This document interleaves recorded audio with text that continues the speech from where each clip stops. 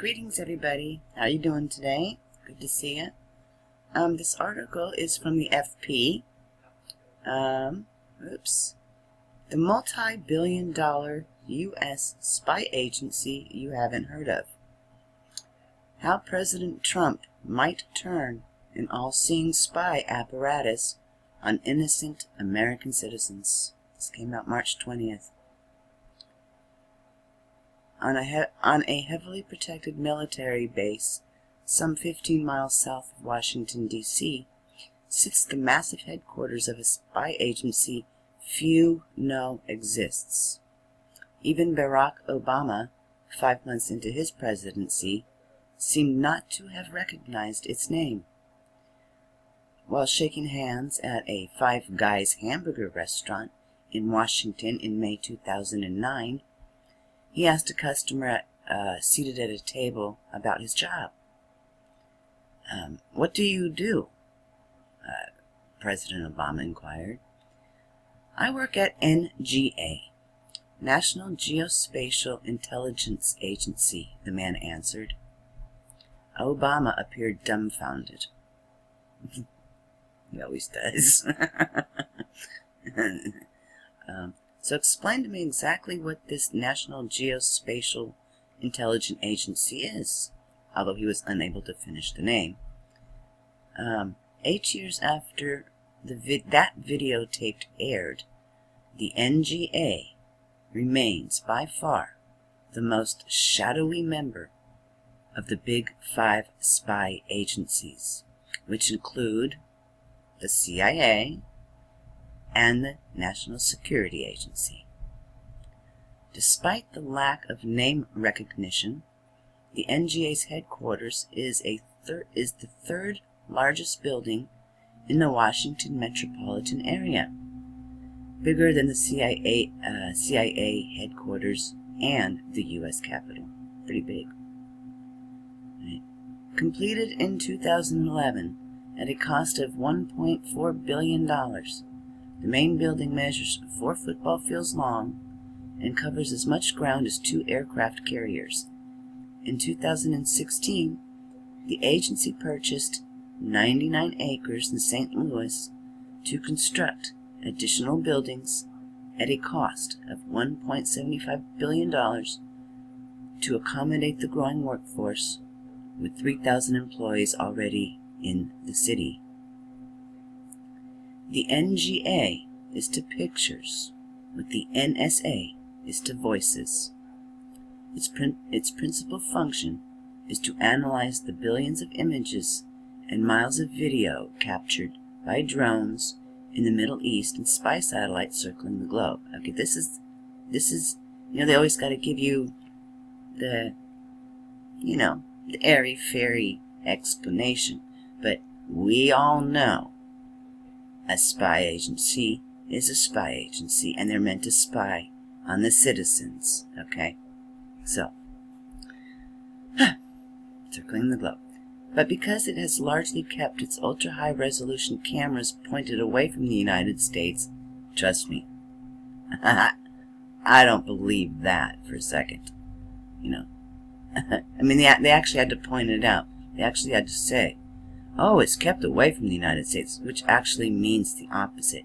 It's pointed at the United States. Anyways, onwards. According to a variety of studies. Who does these studies? Anybody know? Every time I read things, there's always studies done. Well, who are the people who do these studies?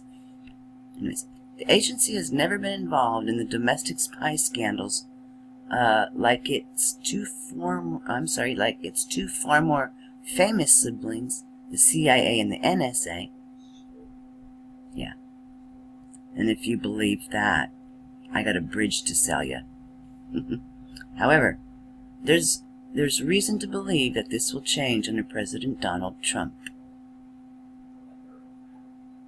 Throughout the long election campaign and into his first months as president, Trump has pushed hard for weakening restraints on the intelligence agencies, spending more money for defense, and getting tough on law and order. Given the new president's overwhelming focus on domestic security, it's reasonable to expect that Trump will use every tool available to maintain it, including overhead vigilance. Fancy way of saying spy. Cameras. You know? Okay, overhead vigilance. Oh, I like that. Might be the title of this video. In March 2016, the Pentagon released the results of an investigation initiated by the Department of Defense Office of Inspector General to examine military spy drones in the United States. The report, marked for official use only and partially redacted, revealed that the Pentagon used unarmed surveillance drones over American soil on fewer than 20 occasions between 2006 and 2015. To me, it sounds like they are already using this NGA. National, what is it? National Geospatial Intelligence Agency, NGIA. NGIA. Okay. Let's get back to where I was. Alright. Kind of lost my place here. Sorry. Okay, I did the 20 occasions. Okay. Although the report doesn't identify the nature of the missions, oh, of course not. Another Pentagon document lists 11 domestic drone operations that principally involve natural disasters, search and rescue, and National Guard training. I mean, these guys make everything sound so good. The investigation also quoted from an Air Force Law Review article pointing out the growing concern that technology designed to spy on enemies abroad may soon be turned around to spy on citizens at home. And if you guys think they're not spying on us already, wake up, because they are. Alright, they are. As the nation winds down these wars, there you have it, my friends. There is a huge misstatement. As the nation winds down these wars. Think about that for a minute. Assets become available to support their combatant command, COCOM, or U.S. agencies. The appetite to use them in the domestic environment to collect airborne imagery continues to grow. I'm still thinking about as the nation winds down these wars. I don't see that happening.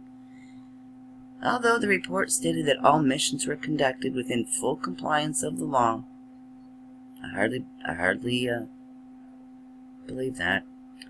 It pointedly noted that as of 2015, there were no standardized federal statutes that specifically addressed the employment of the capability provided by a DoD UAS unmanned aircraft system, if requested by domestic civil authorities. Instead, there is a Pentagon policy governing reconnaissance drones that requires the Secretary of Defense to approve all such domestic operations. Under these regulations, drones may not conduct surveillance on U.S. persons. But they are, unless permitted by law and approved by the Secretary. Well, I guess they were permitted by law and have been approved already. Right. The policy also bans armed drones over the United States for anything other than military training and weapons testing. Okay, I'm not gonna read anymore because this is like this is the airy fairy why these spy agencies are so good for us articles. So, anyways, pardon me, I'm so sorry. So the multi-billion-dollar U.S. spy agency you haven't heard of, and the NGA, the National Geospatial Intelligence Agency, multi-billion-dollar. Oh, sorry, this does that. multi-billion-dollar spy agency. And trust me, who paid for that? Who put the multi-billion dollars in there? The taxpayers. Taxpayers paid for this. That's the disgusting thing. Our taxpayers are paying to be spied on. I don't know, guys. Anyways, thank you for watching. Have a wonderful day. Time for me to go eat. Alright.